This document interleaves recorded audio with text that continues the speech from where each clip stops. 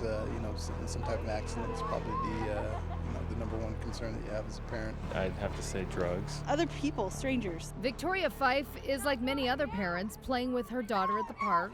Her biggest fear? Her daughter being snatched by a stranger.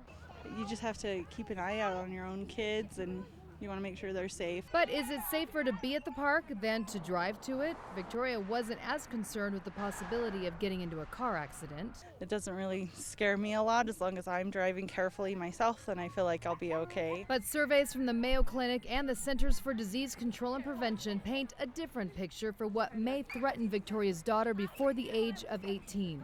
One study says the top 5 fears of most parents are kidnapping, school snipers, terrorists, dangerous strangers, and drugs. But the second study shows statistically our children are most likely to be physically harmed by car accidents, homicide at the hands of someone the child knows, child abuse, suicide, and drowning. I think that fears are largely unreasonable, but parents worry about worst-case scenarios. Dr. Douglas Goldsmith is the chief psychologist at the Children's Center in Salt Lake and has worked with many worried parents over the years. He says parents don't realize the biggest risks are right out the front door and not the ones keeping us up at night. I don't think the parents are focusing enough on are we traveling safely?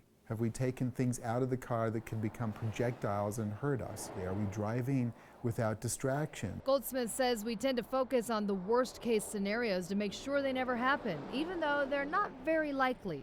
For Detective Lyman Smith at West High School, it's his job to prepare for the worst. I always think it's going to happen. I always prepare myself that it could happen. We have removed guns from this school. So we know the guns are out there. Whether your fear is guns at school, driving safely, or keeping your kids away from drugs, both experts agree talking to your kids is the best way to know what's actually happening in their lives. Get down on their level, treat them with the respect, and just ask them, what's going on at school.